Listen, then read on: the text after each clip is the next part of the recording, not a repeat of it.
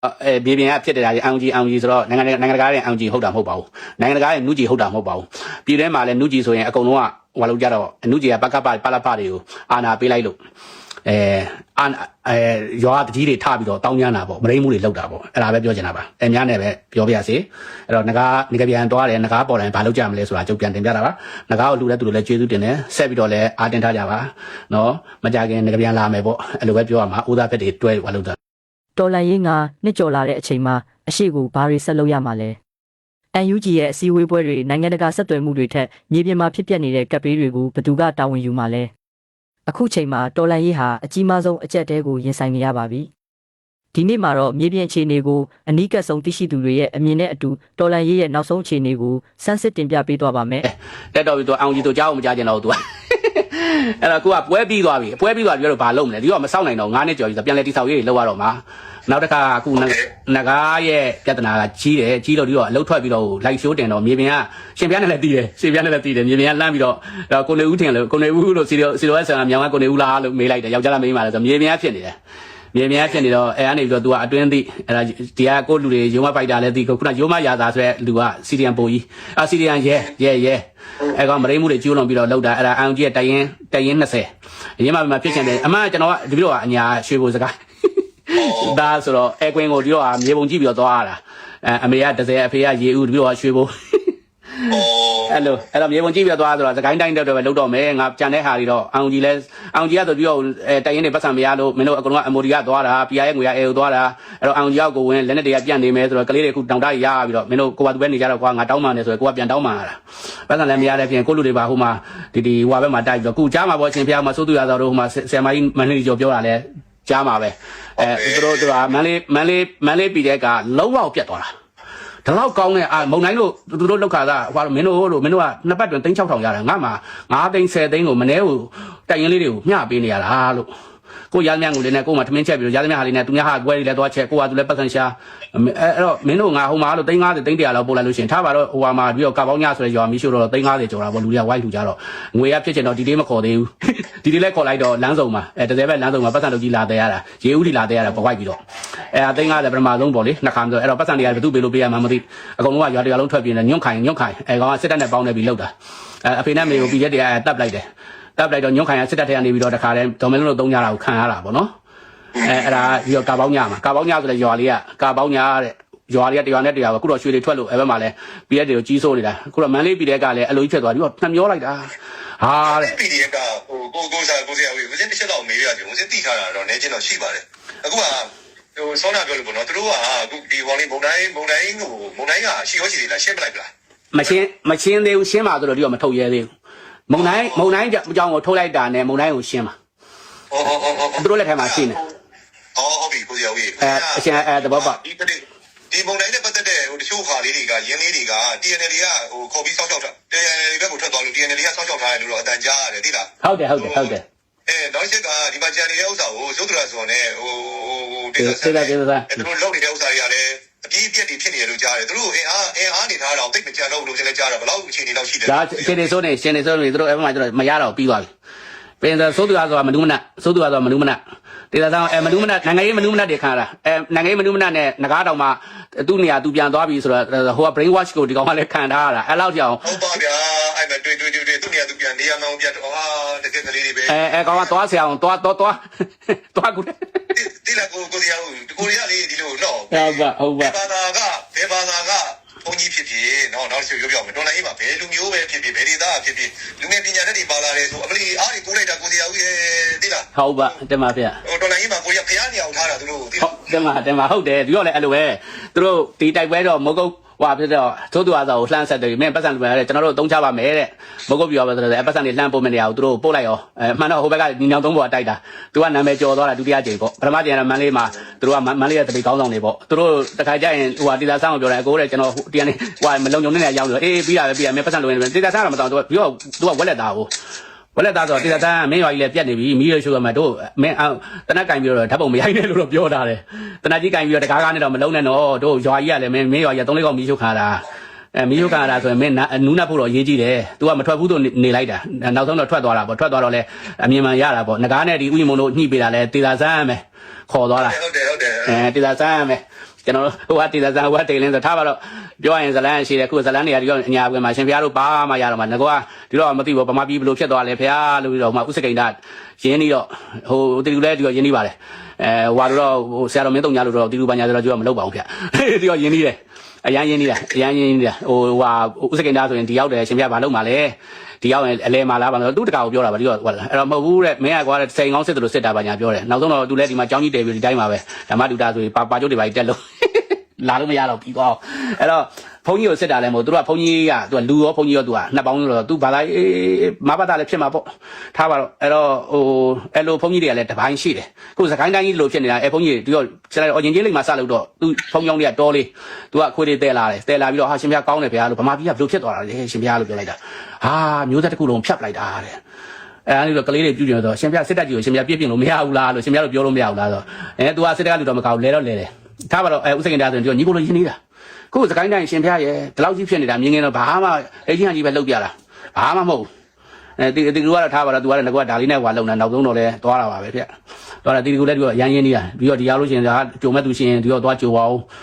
်သူကလည်းပတ်စံသူကတော့ပတ်စံဥစကိန်တာတော့ပတ်စံမကန်သူပဲနဲ့ကန်တာဟိုကတော့ဒီလူကတော့ကန်တယ်ပတ်စံသူ့လို့ကြီးတယ်ပတ်စံတော့ကြီးကင်မရာတွေဝယ်စစ်တောင်မစစ်ဘူး9000နဲ့ဒီကဈေးစစ်မလို့လားမစစ်ဘူးဆိုနီစင်တာဒီမှာသူကတစွတ်ထိုးကြီးဆိုနီစင်တာဒီမှာရှိတယ်ကွာဘာညာဆိုလိုက်ပို့ရတယ်မဟုတ်ဘူးရှင်ပြဆိုနီစင်တာစင်ဒီမှာလည်းရှိပါတယ်စင်တာကြီးကဘောင်းတော်စင်ဒီဆိုတာမျိုးတော်ဖျားဆိုမဟုတ်ဘူးကငါကိုကဲကကြည့်ပြီးသွားပြီကွာသူကအင်္ဂလိပ်လိုတက်တယ်လေတရားကျအင်္ဂလိပ်လိုပဲတက်တယ်ဆိုတော့ပြီးတာပဲဆိုပြီးလိုက်ပို့ရတယ်တကူတကကြီးသူလည်းတယောက်တော့ဆုံးကတ်တာပါပဲမထူအောင်ဆိုတော့ရှင်ပြရဲ့ခုကဖြစ်ပြနေတာရှင်ပြလည်းတွေးမှာပေါ့ပြီးသွားပြီဇလန်းကလေဇလန်းကပြီးသွားပြီအဲ့ဒါဒီကမစောင့်နိုင်တော့ဘူးလို့9နှစ်လဲကြော်လာပြီစစ်တပ်ကတခါအောင်ကျ26နှစ်ကြာတယ်ဗျခုလိုအမျိုးဆိုရင်အခြေအနေကဘယ်လို့မှမကောင်းနိုင်ဘူးဘာလို့ကမ္ဘာစစ်ကြီးကလည်းဟိုရိုင်းတိုင်းခုကမ္ဘာစစ်ကြီးဖြစ်မဲ့နေထားတော့ရှိတယ်ဒေါ်နယ်ထန်းကလည်းဟိုလာပြောနေတယ်ဗါလဲလေးပတ်လို့ဘာပြောနေမဖြစ်နိုင်ဘူးအဲ့တော့ဗမာပြည်ရဲ့အခြေအနေကလမ်းစားမမြင်ဘူးအဲ့တော့နောက်ဟိုပေါ့ရှင်ပြတရားတို့တေဝါထားပဲဖြစ်တော့မှာပဲဘာမှမတတ်နိုင်ဘူးအဲ့တော့အောင်ကြီးကလည်းရှင်ပြအဲ့မှာမြေပြင်မှာမရှိဘူးရှိတဲ့သူကလည်းသုံးလို့မရဘူးသူတို့ကနိုင်ငံဆိုကျန်တဲ့သူကနိုင်ငံခြားလျှောက်ပြီးတော့စီးဝေးတွေလျှောက်တက်နေတာပြီးရင်လက်တုံးချောင်းထောင်ပြီးတော့နိုင်ငံတကာကနေစီးဝေးတွေလုံနေအကုန်လုံးအမေရိကရောက်နေကြပြီဒီတော့သိတယ်စီးဝေးတွေတက်ပြီးရှင်ပြတော့မသိလို့ဟုတ်ကိုစားရေးကိုကြောက်ရေးဘယ်လိုပါလဲဒီလိုပါကိုကကိုတိုင်းကြီးဘယ်လိုခေါ်လဲဗျာရကောင်းသိချင်တာပေါ့နော်ရှင်ပြဟိုတွေ့တယ်ရှင်ပြဘယ်မှာလဲလို့ပြီးတော့မေးလိုက်သေးတယ်မေးလိုက်တော့ဟိုမှာတဲ့ပြည်တွင်းထဲမှာဟာရှင်ပြအနေနဲ့ရှိမှာပဲလို့ဒီတော့ဒီခောက်လာရင်တော့ရှင်ပြတော့တွေ့ပါဗျာရှင်ပြတော့ရှင်ပြပဲကြံတော့မှာဗျာကျန်တာတွေကတော့ရောင်ရောင်မမတွေဖြစ်ကုန်ကြပြီဘုန်းကြီးတို့ကိုယ်တိုင်ကတန်ခါဥဆောင်ရှစ်လေးလုံးဆရာတော်တော်ဟိုဒီတဲ့ကျန်တာတွေကတော့ဘာမှဟိုမပြောလို့ပေါ့ကိုကြောက်ရေးကိုနိုင်တာကိုလုပ်ကြတယ်ပေါ့နော်အဲ့လိုပဲပြင်ပါတယ်တော်လိုက်ပါဦးရှင်ဦးစင်းရင်တော့ဒီလိုပါဘယ်လိုခေါ်မလဲဒူငယ်တွေလည်းအများကြီးဆုံးချုံရတယ်ပေါ့နော်နောက်တစ်ချက်ကကိုလည်းငါဆုံးတော့တဲ့ကလေးတွေရန်တနာတယ်တိုက်ကြည့်ပါလေအရန်ဆုတ်ထောင်းသွားပြီပေါ့ဗျာနော်အဲ့ဒါကြောင့်အဲ့လိုစိတ်မကောင်းမှုတွေကတော့ကြီးစွာဖြစ်ပါတယ်ဟိုဆိုလိုတာကတော့တကယ်သူလှုပ်ဆောင်နိုင်တယ်ဆိုရင်တော့တိုက်ပြီးတော့ကောင်းတော့တကယ်မလှုပ်ဆောင်နိုင်တော့ဆိုလဲဘာတက်နေပါလဲဗျာမဟုတ်ဗျာနိုင်တဲ့လောက်ဝန်တော့ပြောလို့ထားရမှာပေါ့နိုင်တဲ့လောက်ဝန်လို့ဆိုတာထားပါတော့မမှန်တာကြီးကိုတော့မထောက်ခံဘူးတော့ကိုတရားဦးပန်တိုင်းပြောပြရင်တော့ဟိုဦးစင်းတို့ဦးစင်းအနေနဲ့ကတော့ဒီလိုပါပဲဦးစင်းအနေနဲ့ကတော့ဟုတ်ဒီချက်ပြောပြရင်တော့ဗျာအကုန်ကြောက်နေပါပြီအဲ့လိုပဲပြောရမှာနော်ဒါကြောင့်ဒီကတော့နဲ့တရားအဲ့လိုဖြစ်နေတယ်မှာသူနားလဲပါကိုတရားဦးဦးစင်းဟိုစားပေါ့နော်ကျေးဇူးတင်တယ်နောက်မှတည်းစကားပြောမယ်နော်ဦးစင်းချာကိစ္စလေးတခုရှိနေလို့လေလားတယ်မှာဒီမှာဆက်လိုက်ကကျေးဇူးပါဆရာစာရေးလိုက်တက်လိုက်လို့ပါဒီတော့ရှင်ပြဆရာမကြီးကိုလည်းဆက်လိုက်ပါဆရာမကြီးကလည်းရှင်ပြနဲ့ပြောပြပါလေပြောပါတယ်ဗျဟုတ်တိုင်းပြည်မြန်ကျမ်းမာပါသေးပဲအဲ့လိုပဲတိုင်းပြည်ကိုမြန်ကျမ်းမာပါသေးပဲစိတ်ဆန္ဒရှိပါတယ်ဗျာတယ်မှာရှင်ပြပြောရလေကောင်းတယ်ဗျရှင်ပြဆက်ပြောပါအောင်ဗျဆက်ပြောပါဆက်ဟောပါရှင်ပြအမှန်တိုင်းပဲရင်ထဲကရှိတဲ့အတိုင်းပြောတာဒီတော့ live show တင်နေတာဗျရှင်ပြပုံမပါပါဘူးဗျ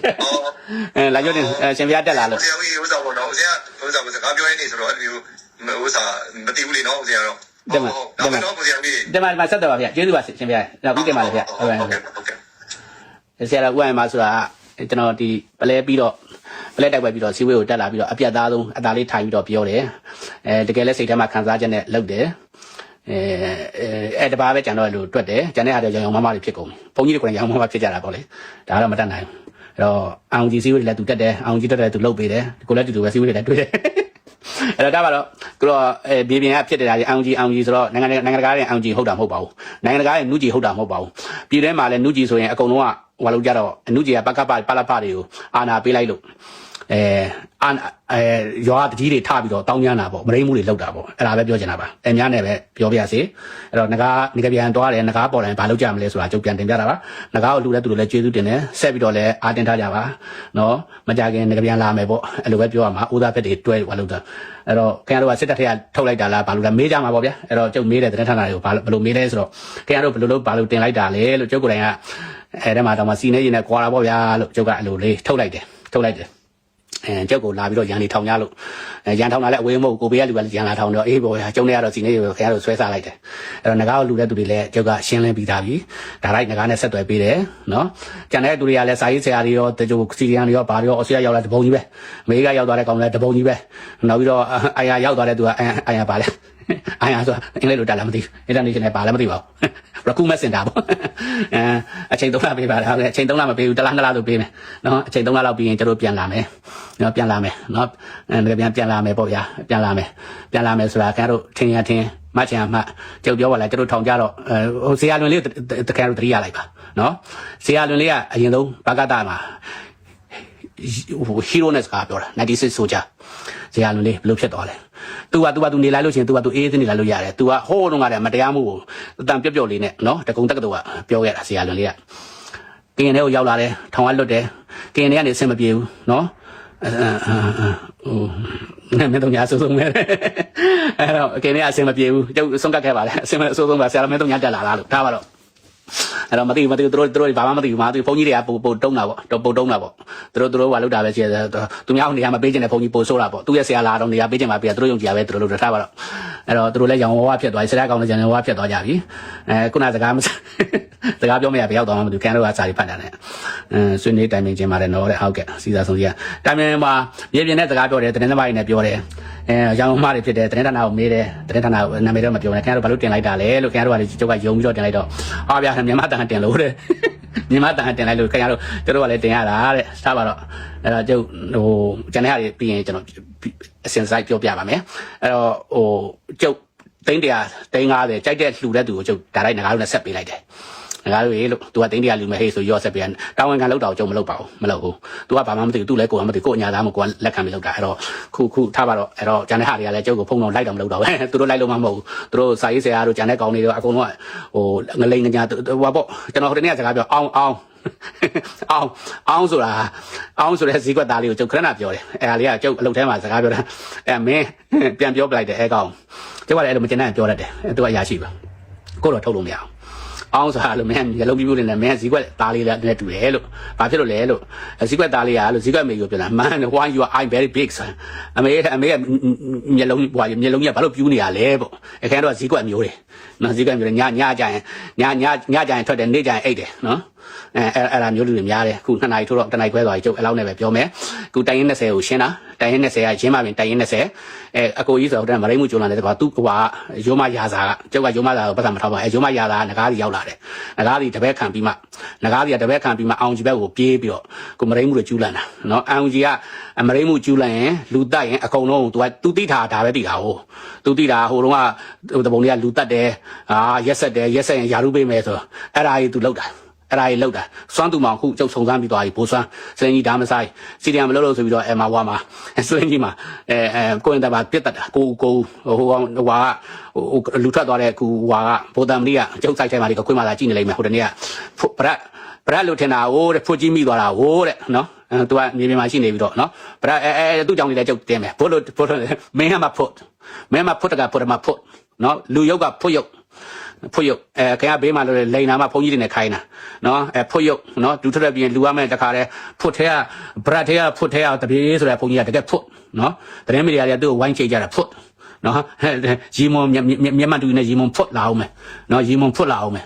နော်လင်ကိုလက်နှုတ်ခမ်းမွေးနဲ့တခါတည်းကြောင်းလေးဖွတ်တွေလာအောင်မယ်နော်ဖွတ်တွေကိုခင်ဗျားတို့မှတ်ထားလိုက်နော်ဘယ်လာမသက်တာဥသာမှတ်ထားလိုက်ကျုပ်ကအဲ့လိုပဲပြောတော့မယ်သူတို့ကြောင်းတွေ့ရင်စိတ်တုံလုံးလို့သူတို့တွေဟိုမှာတွန်းအားပို့လိုက်တဲ့သတင်းပြရမေးလိုက်တယ်သူ့အဲ့လမ်းကြောင်းရအောင်ပို့လိုက်တာဘာကြီးပေါ်လာမယ်ခင်ဗျားတို့ပေါ်လာတော့ကြောပါပြီဆိုတော့ကျုပ်တက်ရှင်လာတာပါမန္တလေးပြည်ရဲ့ပြတ်သွားပြီမန္တလေးပြည်ရဲ့မုံတိုင်းကသူ့လူတွေနဲ့မုံတိုင်းလုပ်တယ်မုံတိုင်းကိုဖြုတ်ထည့်ပြီးတော့ခေါင်းဆောင်တင်တာနားမထောင်တဲ့ကောင်ကျုပ်လည်းတော်ထဲမှာနေအသက်ခံမှာပဲ ကျက်ကပြောသလိုလုပ်မယ်လုပ်သလိုပြောမယ်ပြောသလိုလည်းလုပ်မယ်ဆိုတဲ့လူမျိုးတွေမှာပါတယ်အဲ့တော့စစ်တပ်က3-4ခါလောက်ကျုပ်ရိုက်တဲ့ခါတော့ဖမ်းခံပြီးနှိမ့်စစ်တဲ့ခါတော့ကျက်ကသတိထားလိုက်တယ်ဟာငါပြောသလိုတော့လုပ်မယ်လုပ်သလိုတော့မပြောတော့ဘူးဆိုတဲ့ဟာကိုကျုပ်ပညာရလိုက်တယ်ပေါ့ဒါအိဒေးက UG လောက်တော့ထားပါတော့ကျုပ်က UG လည်းလုပ်ခဲ့ဘူးလေတော်လည်းခုတ်ခဲ့ဘူးလေဒီအကြောင်းလည်းသိခဲ့ဘူးလေတင်ထဲမှာလည်းမတတ်ခံရလို့ကျုပ်ပြောပြီးသွားပြီလက်ကြုံရှိတယ်နောက်ဒီအဓိကကျွန်တော်ပြောချင်တာခုဟိုမိုင်းကယ်တို့ဟိုနောက်ဝါတို့အကုန်လုံးကထိုင်းမှာခုဟိုမှာကိုစီတို့เนาะဟက်ကာတို့နောက်ဟိုဝါတွေဘာခေါ်လဲဝါမှာ social media မှာရှောက်တင်ပြီးတော့တခါလေဟာပြောနေတဲ့သူတွေတလားအကုန်လုံးနာမည်ထုတ်ပြောရင်ကျုပ်ကအကုန်လုံးကုတ်ပါကတော့တော့မှပန်စလိုတော့ပြောပါပန်စလိုကအကုန်ပါတယ်ကျန်တဲ့သူတွေကတချို့ကကိုစီဝါကြီးကိုလုံနေကြတာကျုပ်တွေ့တယ်ကျုံနဲ့ဒီဒေါ်လာရေးစလုပ်တဲ့သူကလက်ထရီကန်ဟွာလောက်တာတို့ရွှေလေးတွေထုတ်ရောင်းတာတို့သူကတွေအဲ့ဟာတွေကိုပေါင်းပြီးတော့ရောင်းတာတော့အိမ်ထဲဟာတွေအဲ့ဟာတွေကိုလုံနေတဲ့ကောင်နာမည်ကြီးလောက်တာကြအော်ဆီယာမှာလည်းရှိတယ်အော်ဆီယာမှာလည်းအကုန်လုံးမဟုတ်မဲဘုံမှာလည်းရှိတယ်ကျန်တဲ့အဲ့လိုပဲသူရွှေလေးထုတ်ရောင်းလိုက်သူစီဝါလေးလုံလိုက်ပြီးနိုင်ငံရေးအကြောင်းပြလိုက်မိုင်းကဲအခုထောင်ကျသွားတဲ့ထိုင်းမှာတေသွားပြီလူတော့မတေသေးဘူးထောင်ထဲထွက်လာရင်ဘာလို့မလဲမသိကိုစီအတန်ကြီးဟဲ့နေတာပြီးရင်ဟွာ brain wash အဖွဲနော်အဲ့လူတွေအများကြီးပဲ watch you are join the video တဲ့ okay မောင်ဆိုင်ပြောကြတယ်ကိုအိတ်တော့မလားလို့ပြောပါညီရပြောလို့ရတယ်ဘာပြောကြလဲမသိဘူးတက်လာတာတွေ့တယ်ညီပါထည့်လိုက်ပါနော်ညီပြောတဲ့အချိန်ကပြောပါညီတို့လည်းဆက်တာလည်းမရညီဘာပြောမလဲကြားမေးထည့်လိုက်တယ်ညီပြောနားထောင်ပြီကိုလည်းအိတ်တော့မယ်ကိုကဟိုဟာတဲ့မရိမှုကျူလာညီတို့ကရိုးသားကွာထားပါတော့နော်အဲ့တော့ဟိုညီမပေါ့ငါတူလေးရွယ်မောင်ဆိုင်ရေနော်ဖုန်းခေါ်လည်းမရလို့နော်ဖုန်းခေါ်လည်းမရလို့ဟိုကိုကတော့ပြောတယ်ထည့်လိုက်တယ်โอเคမောင်လည်း approve ပြော send request ဒီတော်လန်ရေးမှာပတ်စံကိုအကြောင်းပြပြီးနိုင်ငံခြားထွက်သွားကြသူတွေတော်လန်ရေးကိုစီးပွားရေးလုပ်နေသူတွေရဲ့နောက်ွယ်မှာပြည်သူတွေပဲဒုက္ခရောက်နေတာပါဘသူကမှန်ကန်လဲဘသူကတော့အာဏာအတွက်တော်လန်ရေးကိုအသုံးချနေလဲဆိုတာကိုပြည်သူတွေပုံမမြင်လာအောင်ဒီရုပ်တံကိုမျှဝေပေးကြပါကျွန်တော်တို့အမှန်တရားဘက်မှာပဲယက်တီပြီးဒီခီးကိုဆက်လျှောက်ကြပါမယ်